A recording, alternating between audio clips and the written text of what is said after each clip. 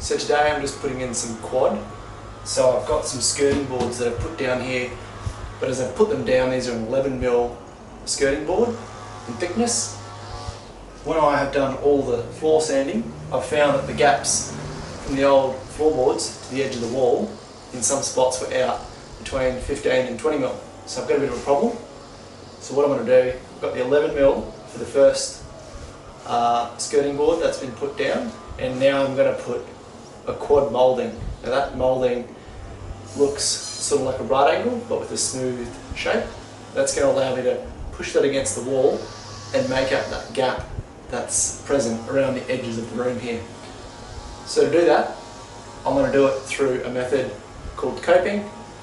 So you put in cut square edges on some walls, and other walls you'll do your 45 angles, but then what you'll have is a piece of timber which has too much depth. So what you do is you cut your 45 and then you cope out the shape, and that allows you to put your square edge up to one wall and the cope piece will sit over the top, nice and neat. Because no matter what angle you have, whether it's 90, 80, 110, it doesn't matter because the cope will sit over the top of that lap joint and it can move around. So I'll start that now.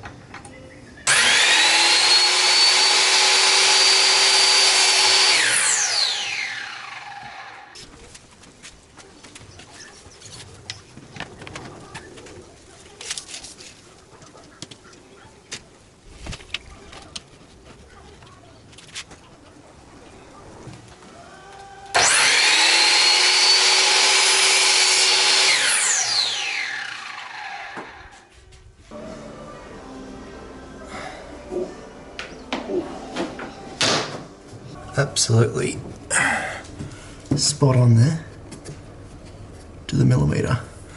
You can see that's the gap. It's the air gap there. It's about 5mm, I think. Yeah. So that will cover that all up. And we'll put some glue on the back end of this and pin it in with some long 50mm brad nails. That'll get through this 18mm piece of quad, all the way through, into the timber, into the stud. Beautiful.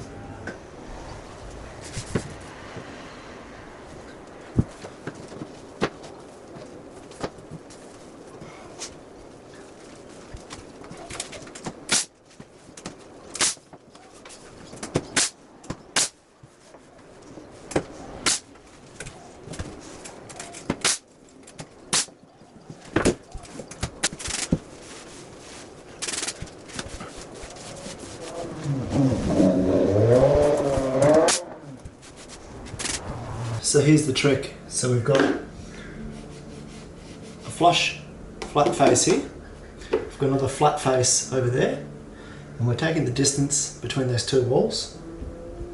But then what we're going to do is we're going to take our standard 45, cut it on the saw, and then we're going to cope out that shape, which will then sit over the top of that.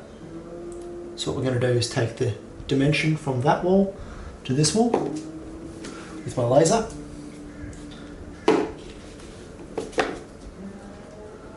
Get it bang on. So that's 3,975mm. Now that is my end cuts, and this right hand side I'm going to cut a 45 degree.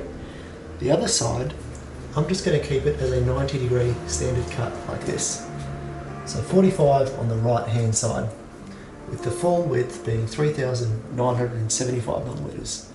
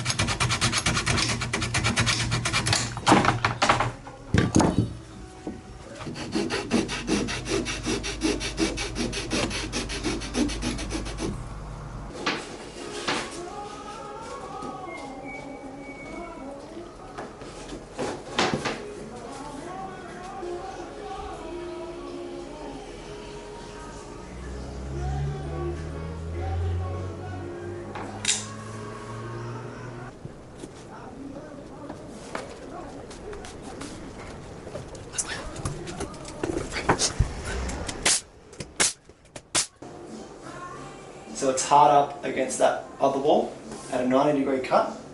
This cut has the cope. You slide it in. I'll get out of the way so you can see it. It's riding the shape of the quad. Beautiful. Perfect. See how it just sits over the top of it. Perfect. I'll get in nice and close and show you how tight that is. You can see that quad sits now beautifully over the top of this piece. Now by the time I fill these holes, give this a nice sand, this will just come up absolutely perfect. And I'm running a bead of a adhesive on the top, and that's going to help with any cracking that may occur in the future with the paint.